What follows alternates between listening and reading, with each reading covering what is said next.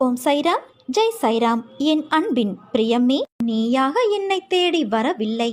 எந்த தெய்வத்திடம் நம் கஷ்டங்களையெல்லாம் சொல்லி அழுவது என்று நீ மருகி நின்றபோது, நான் இருக்கிறேன் என்று திருவிழாவில் தொலைந்த குழந்தையை தேடும் தாயாய் நான் தான் உன்னை தேடி வந்தேன். அந்த அளவிற்கு நான் உன்னை நேசிக்கின்றேன். உன் பூர்வ புண்ணியம் மிகவும் பெரியது என் குழந்தையே. உன் மூதாதையர்கள், உன் தாய் தந்தை செய்த புண்ணியங்கள் நிறைய இருக்கிறது. அதனால்தான் நான் உன்னை தேடி வந்தேன். நான் உன்னோடு எப்போதும் இருக்கையில் நீ எதற்குமே கலங்கக்கூடாது. உனக்கு வேண்டியதை நான் செய்வேன். என் குழந்தைகளின் நல்வாழ்வுக்காகவே அவதரித்து வந்தவன் நான். நீயோ நான் தேடி கண்டுபிடித்த புதையல். இந்த புதையலை திரும்பவும் மண்ணில் வீசி எறிய நான் விடமாட்டேன் குழந்தையே. என் குழந்தையான உன்னை கண்ணின் மணியாக பாதுகாப்பேன். நம் வாழ்க்கையில் நிகழும் தருணங்கள் எல்லாம் வெற்றியாகவும் இருப்பது இல்லை, தோல்வியாகவும் இருப்பது இல்லை. வெற்றிகள் நிலைத்து இருப்பது இல்லை, அதே போல தோல்விகளும் நிலைத்து இருப்பது இல்லை. வெற்றி என்றும் சந்தோஷம் தரும். ஆனால் அந்த சந்தோஷம் வாழ்க்கை முழுவதும் கிடைக்கும் என்று எதிர்பார்க்காதே. அதே போல தோல்விகள் கஷ்டத்தை தரும். அதுவும் நிரந்தரமாக வாழ்வில் நிகழ்வது கிடையாது. வெற்றியில் ஆணவத்தை காட்டாதே, அதே போல தோல்வியில் விரக்தியை காட்டாதே. ஏனென்றால் இரண்டுமே வாழ்க்கையல்ல. ஜெயிப்பவர்கள் தோற்பார்கள், தோற்பவர்கள் ஜெயிப்பார்கள். அதிலிருந்து என்ன பாடம் கற்றுக்கொள்கிறாய் என்பதுதான் உண்மையான வாழ்க்கை. அதன் வெற்றி பாதை உனக்கு தெரியும். பாதை தெரிந்தால்தான் சேரும் இடமும் சரியாக அமையும். அதனால் உன் பாதைகளை சீராக்க நீ முயற்சி செய். இன்று என்மேல் கோபம் கொண்டாய். நீ நினைத்த நிகழ்வு நடக்கவில்லை என்றால் அது நடக்காமல் போனதற்கு காரணம் அதைவிட ஒரு நல்ல சூழ்நிலை நடக்கும் என்றுதான். உனக்குள்ள கேள்விக்கு நான் விடையும் அளித்தேன். தேவையில்லாத விஷயங்களை எண்ணாதே. உன்னோடு நான் இருக்கிறேன். உன்னை நல்ல வழியில் நான் அழைத்துச் செல்வேன். இது என்னுடைய சத்திய வாக்கு. என் குழந்தைகள் கோபித்து கொள்ளலாம், ஆனால் நான் உன்னை கோபித்து கொள்ள மாட்டேன். அப்படி நான் கோபம் கொண்டாலும் என் பிள்ளையான உன்னை நல்வழிப்படுத்துவதற்காக மட்டுமே அது இருக்கும். யாருடைய பாவங்கள் எல்லாம் மறக்கப்படுகிறதோ அந்த அதிர்ஷ்டசாலிகளே என்னை வணங்கும் பாக்கியத்தை பெறுவார்கள்.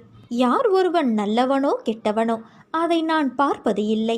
என்னை நம்பி முழுமையாக சரணடைந்து விட்டவர்களை நான் புறம் தள்ளுவதும் இல்லை. அவர்களுடைய அனைத்து விஷயங்களுக்கும் நான் பொறுப்பேற்கிறேன். அவர்களை காப்பதே என்னுடைய வேலை. அவர்களின் நன்மை தீமை கணக்கை பார்த்து காப்பாற்றும் தன்மையுள்ளவன் அல்ல நான். அதை வேறு ஒருவன் பார்த்து கொள்வான்.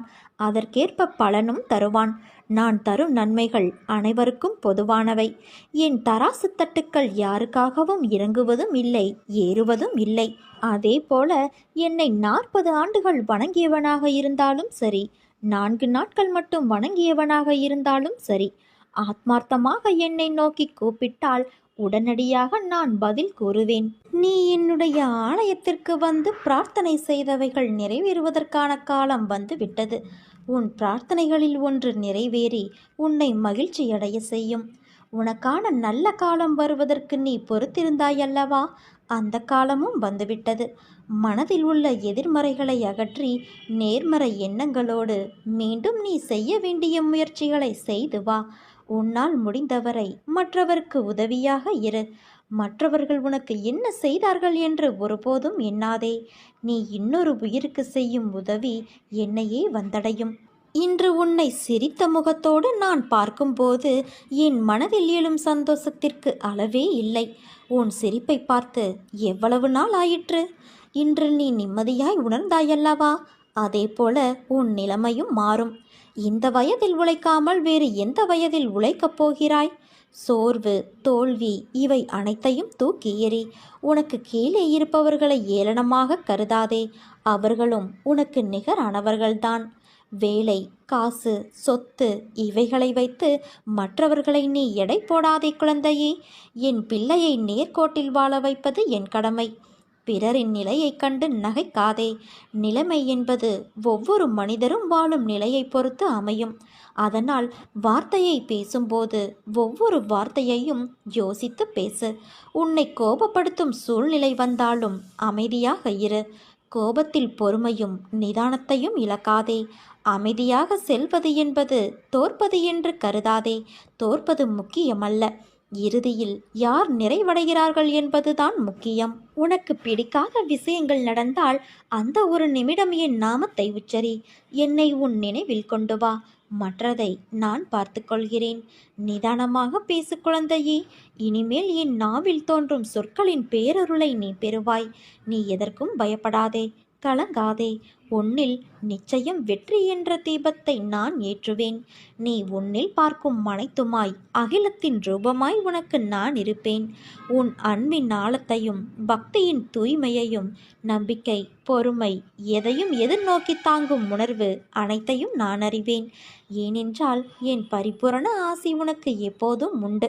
என் தங்கமே, உன்னுடைய கஷ்டங்களையும் துக்கங்களையும் என்னிடம் சொல்லிவிட்டு அதன் முடிவுக்காக நீ காத்திருக்கிறாய் அல்லவா? உன் துன்பத்திலே நீ என்னையும் தொலைத்து விட்டாய். எங்கெங்கோ தேடுகிறாய் என்னை. உன்னிடமும் உன்னை சுற்றிலும் உனக்கு அருகிலும் உனக்குள்ளேயும் இந்த மரம் செடி கொடிகளிலும் வானிலும் நான் கலந்திருக்கிறேன் என்பதை மறந்துவிட்டாயா? சிறிது நேரம் உன் கண்களை மூடி உன் சுற்றுப்புறத்தையும் மனதையும் அமைதி கொள்ள செய். பிறகு நான் பேசுவதை உன்னால் புரிந்து கொள்ள முடியும். நீ பேசுவதை நான் எப்படி கேட்கிறேனோ அதே போல நான் பேசுவதையும் உன் பிரச்சனைக்கு தீர்வு சொல்வதையும் நிச்சயம் உன்னால் உணர முடியும். நீ என்ன வேண்டினாயோ அதை கொடுக்கத்தான் நான் இப்போது வந்திருக்கின்றேன். என் அன்பு குழந்தையே, புரிந்ததா உனக்கு? உன்னுடைய வேண்டுதல்களை நீ என்னிடம் கேட்டுவிட்டாய். இருந்தாலும் இது நடக்குமா நடக்காதா என்று மனதளவில் குழம்பிக் கொண்டு இருக்கிறாய்தானே? ஏன், நீ வணங்கும் தெய்வமான என் மீது உனக்கு நம்பிக்கை இல்லையா? உன்னை பெற்ற தாயையும் தந்தையையும் நீ எப்போதாவது சந்தேகிப்பாயா சொல்? நான் உனக்கு வேண்டியதை செய்வதற்காகத்தானே இருக்கிறேன். உன்னுடைய அன்பு குழந்தைகளையும் உன் அன்பு குடும்பத்தையும் நான் என் கைமேல் தாங்கியுள்ளேன். இதை நான் உனக்கு சித்திரத்தின் மூலமாகவும் காட்டிக்கொண்டு இருக்கிறேன். நீ கேட்ட அனைத்து வேண்டுதல்களையும் அவர்களுக்காகவும் உனக்காகவும் நான் நிறைவேற்றி தரப்போகிறேன். நான் கொடுப்பதை தவறாமல் நீ பெற்றுக்கொள். எந்த காரணத்தை கொண்டும் உன் அலட்சியத்தினால் இதை தட்டி விட்டுவிடாதே. எப்போது உனக்கு நான் கொடுக்க நினைத்து விட்டேனோ அதை நிச்சயம் உன் கைகளில் நான் கொடுத்தே தருவேன். அதை யார் நினைத்தாலும் தடுக்க முடியாது. நான் உன்னிடம் பேசுவதையும் உன் தீர்வுக்கு பதில் சொல்வதையும் கொஞ்சம் மனதை அமைதிப்படுத்தி கொண்டு கேட்டாயானால் நிச்சயம் உன்னால் அதை நேரிலேயே உணர முடியும். நான் உன்னிடம் பேசுவதற்கு ஆவலாக இருக்கிறேன். அதைவிட நீ பேசுவதை கேட்பதற்கு நான் மிகவும் மகிழ்ச்சியாக இருக்கின்றேன். உனக்கு நேரம் கிடைக்கும் போதெல்லாம் மனதை அமைதியாக்கிக்கொள். உன் சுற்றுப்புறத்தையும் அமைதியாக்கி கொண்டு என்னோடு நீ மனதளவில் பேசு. நான் நிச்சயம் அதை உணர்வேன். அதை கேட்பதன் மூலம்தான் எனக்கு மிகுந்த சக்தி அளிக்கும். உன்னுடைய பிரச்சனைக்கு உடனே தீர்வை சொல்ல வேண்டும் என்று எனக்கு ஒரு உந்துதல் கிடைக்கும். அதனால்தான் சொல்கிறேன். நான் கொடுக்கும் வரத்தை தட்டி விடாதே குழந்தையே. நிச்சயம் நீ கேட்ட வேண்டுதல்கள் அனைத்தையும் நான் உனக்கு கொடுக்கத்தான் போகின்றேன். அது அனைத்தும் என்னிடம்தான் பத்திரமாக உள்ளது. எந்த ஒன்றினால் மனம் வருத்தப்படுகிறதோ அதில் நாம் சிறைப்பட்டு உள்ளோம் என்று அர்த்தம். பணம், புகழ், அதிகாரம், உறவு, தொழில் எதுவாக இருக்கட்டும், எதுவும் நமக்கு சிறை இல்லை. நம் எண்ணமே தான் நமக்கு சிறை. ஒரு பிச்சைக்காரன் ஒரு தகர பெட்டியின் மேல் அமர்ந்து கொண்டு ரொம்ப நாளாக பிச்சை எடுக்கின்றான். ஒரு நாள் அவன் இறந்து விடுகிறான். அப்போ முனிசிபாலிட்டி ஆட்கள் வந்து அவனை தூக்கி செல்லும் பொழுது அவன் அமர்ந்திருந்த பெட்டியை திறந்து பார்க்கிறார்கள். அதில் விலை உயர்ந்த ஆபரணங்கள் இருப்பதைக் கண்டு வியந்து போனார்கள். இது தெரியாமல் அவன் வாழ்க்கை முழுவதும் பிச்சை எடுத்தான். இதுதான் தொழிலின் சிறை.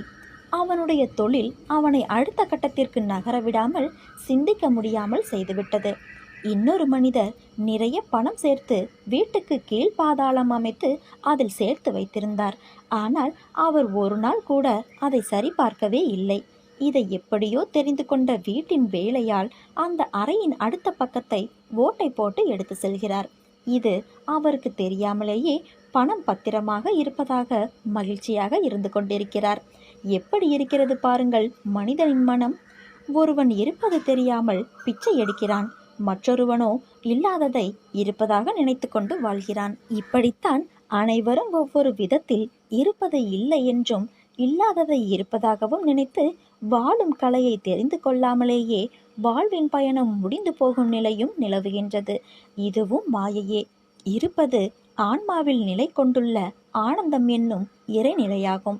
அந்த ஆனந்தம் நம்மிடம் இல்லை என்று வெளியே தேடி அலைகின்றோம். இல்லாதது நான் என்ற மாயை. அதை இருப்பதாக பாவித்து இன்னலுக்கு ஆட்பட்டு நாம் அழிந்து போகின்றோம். சில சமயங்களில் புரிந்து கொள்ளவே முடியாதவாறு நம் சாயப்பாயிருந்தார். உடைகள் தைப்பதற்காக ஒரு வியாபாரி துணி கொண்டு வருவார். கடை வீதியில் சாமான்களை வாங்குவதில் அனுபவமிக்க ஒருவரைப் போல பேரம் பேசி துணி விலையை கஜம் 8 அணா அல்லது 5 அணாவாக குறைத்து 40 கஜம் துணியை வாங்குவார். இதை பார்த்து கொண்டிருக்கும் ஒரு அசட்டு மனிதர் பாபா கஞ்சன், பேராசை பிடித்தவர் அல்லது செல்வத்தின் மீது பற்று கொண்டவர் என்று முடிவுக்கு வரக்கூடும். சிறிது நேரம் பொறுத்து அந்த வியாபாரிக்கு பணம் கொடுப்பார். சில சமயங்களில் நிர்ணயிக்கப்பட்ட விலையைப் போல 4 மடங்கு பணமும் கொடுத்து விடுவார். இதை பார்த்து கொண்டிருக்கும் அவசர கொடுக்கை ஒரு தீர்மானத்துக்கு வரக்கூடும். அதாவது பாபா பித்து பிடித்தவர் அல்லது மூளை கோளாறு உள்ளவர் அல்லது அவசியமில்லாமல் தகுதியற்ற இடத்தில் தாராளத்தை காண்பிக்கும் அளவுக்கு பகட்டானவர் என்று. இந்த 2 அவசர முடிவுகளுமே உண்மைக்கு மிகவும் அப்பாற்பட்டவை. தம்முடைய நடத்தையின் உள்நோக்கம் யாருக்கு புரிய வேண்டுமென பாபாவின் சங்கல்பமோ அவரை தவிர மற்ற எல்லோருக்கும் பாபா நடந்து கொள்வதின் பின்னணி வியப்பளிப்பதாகவே இருக்கும். நாம் சாயப்பா நம் வாழ்வில் எதை செய்தாலும் அதில் ஒரு நன்மை இருக்கும். அதே போல இறந்தவளை மீண்டும் உயிர்ப்பித்தார். டாக்டர் ஜோசி தேவ்காங்கர் என்பவரது மகளான திருமதி மலன்பாய் என்பவள் காசநோயால் துன்புற்று கொண்டிருந்தாள். மருந்துகள் பலனளிக்க தவறவே அவளை பாபாவிடம் அழைத்து சென்றனர். பாபா அவளை ஒரு கம்பளியின் மேல் படுக்கும்படியும் நீரை தவிர வேறெதுவும் உண்ணாமல் இருக்கும்படியும் கோரினார். அவரது அறிவுரைப்படியே விழிப்புடன் நடந்து வந்த அந்த பெண் ஒரு வார காலத்திற்கு பின் ஒரு நாள் விடிகாலையில் இறந்து போனாள். பாபா அப்போது சாவடியில் இருந்தார். சீரடி வரலாற்றிலேயே முதன்முறையாக பாபா காலை 8 மணி ஆகியும் சாவடியை விட்டு நகரவில்லை. அந்த பெண்ணின் பெற்றோர் அந்திம சடங்குகளுக்கான ஏற்பாடுகளை செய்து கொண்டிருக்கும் பொழுது மலன்பாய் மூச்சு விடுவதைப் போல தோன்றியது. அவள் கண்களை விழித்து பார்த்தாள். பின்னர் தனது அனுபவத்தை விவரித்தாள். ஒரு கரும் மனிதன் என்னை தூக்கிச் சென்றான். பெரும் பீதியுற்ற நான் பாபாவின் உதவியை நாடி கத்தினேன். பாபா அங்கே தோன்றி தமது தடியை எடுத்து அவனை அடித்து என்னை அவன் கைகளிலிருந்து பிடுங்கி சாவடிக்கு தூக்கி வந்தார் என்றாள். சாவடியை பார்த்திராத அவள் அதை பற்றி மிக சரியாக விவரித்தாள். அவள் உயிர் பிழைத்த அக்கணமே பாபா சாவடியை விட்டு புறப்பட்டு மோசமான வசவுகளை உரத்த குரலில் கூறிக்கொண்டும் தமது குச்சியால் பூமியை அடித்து கொண்டும் அந்த பெண் படுத்து கொண்டிருந்த தீட்சிதரின் வாடாவை அடைந்தார். நம்மில் பல பேர் நாம் சாயப்பாவை நம் வேண்டுதல்கள் நிறைவேறவில்லை என்றால் அவரை வசைபாட செய்கின்றோம். பாபாவுக்கு தெரியும் யாருக்கு எப்போது எது நன்மையோ அதை எப்பொழுது செய்ய வேண்டும் என்று. எனது அற்புதங்கள் நிகழ்ந்து கொண்டே இருக்கும். என் உதவி உங்களுக்கு எப்போதும் கிடைக்கும்.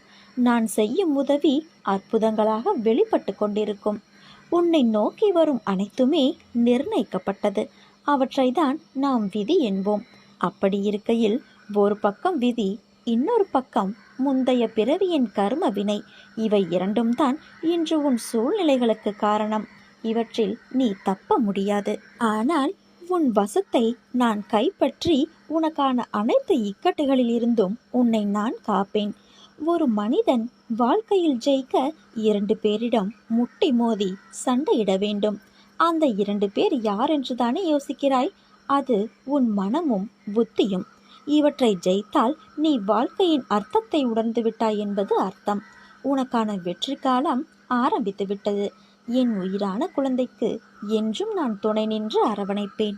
மனதில் உள்ள குழப்பங்களை எண்ணி கவலை வேண்டாம். எல்லாம் சரியாகிவிடும். இனி உன் வாழ்க்கை சந்தோஷமாகும். என் மீது நம்பிக்கையுடன் இருப்பவர்களை நான் என்றும் கைவிட மாட்டேன். வாழ்க்கையில் நீ அனுபவித்த வேதனை, துயரம், மற்ற எந்த இக்கட்டான நிலையையும் வேறு யாராவது அனுபவித்து கொண்டிருந்தால் அவர்களுக்கு உன்னால் முடிந்த உதவியை செய். தர்மங்களில் தலையாயது உதவி. தேவைப்படுபவர்களுக்கு நீ நிச்சயம் உதவ வேண்டும். அவர்களின் உதவியற்ற நிலைமையை பார்த்து ஏளனம் செய்யாதே, சந்தோஷப்படாதே. யாரேனும் உனக்கு தீமையை செய்தாலும் அதற்கு பழிக்கு பழி வாங்க நினைக்காதே.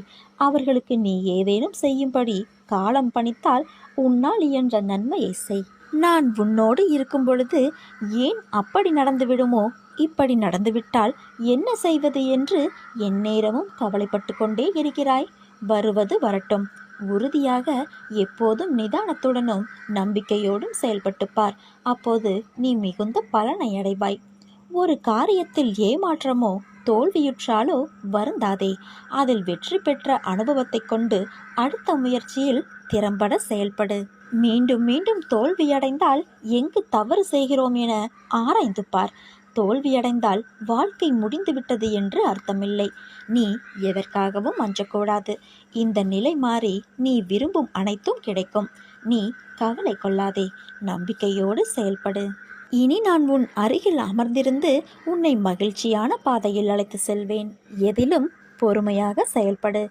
அவசரப்பட்டு எடுக்கப்படும் எந்த ஒரு முடிவும் சரியாகாது. கோபம் வரும்பொழுது என்னை நினைத்துக்கொள். ஓம் சாய்ராம் அல்லது சாயி சாயி என்று கூற பழகு. அனைத்தும் சரியாகும். உன்னுடன் உன் சாயப்பா நான் இருக்கிறேன். வரும் ஞாயிற்றுக்கிழமையிலிருந்து உனக்கு நன்மை ஏற்பட தொடங்கப் போகிறது. வெளியூரிலிருந்து சில நபர்கள் வருவார்கள். நல்ல செய்தி தருவார்கள். அவர்களுக்கு உன்னால் முடிந்த வெகுமதியை கொடு. உன்னுடைய நல்ல உழைப்பை ஊரே மெச்சும். உனக்கு புகழ் வந்து சேரும். நீ நம்பிக்கையோடு இருந்தால் நல்லதே நடக்கும்.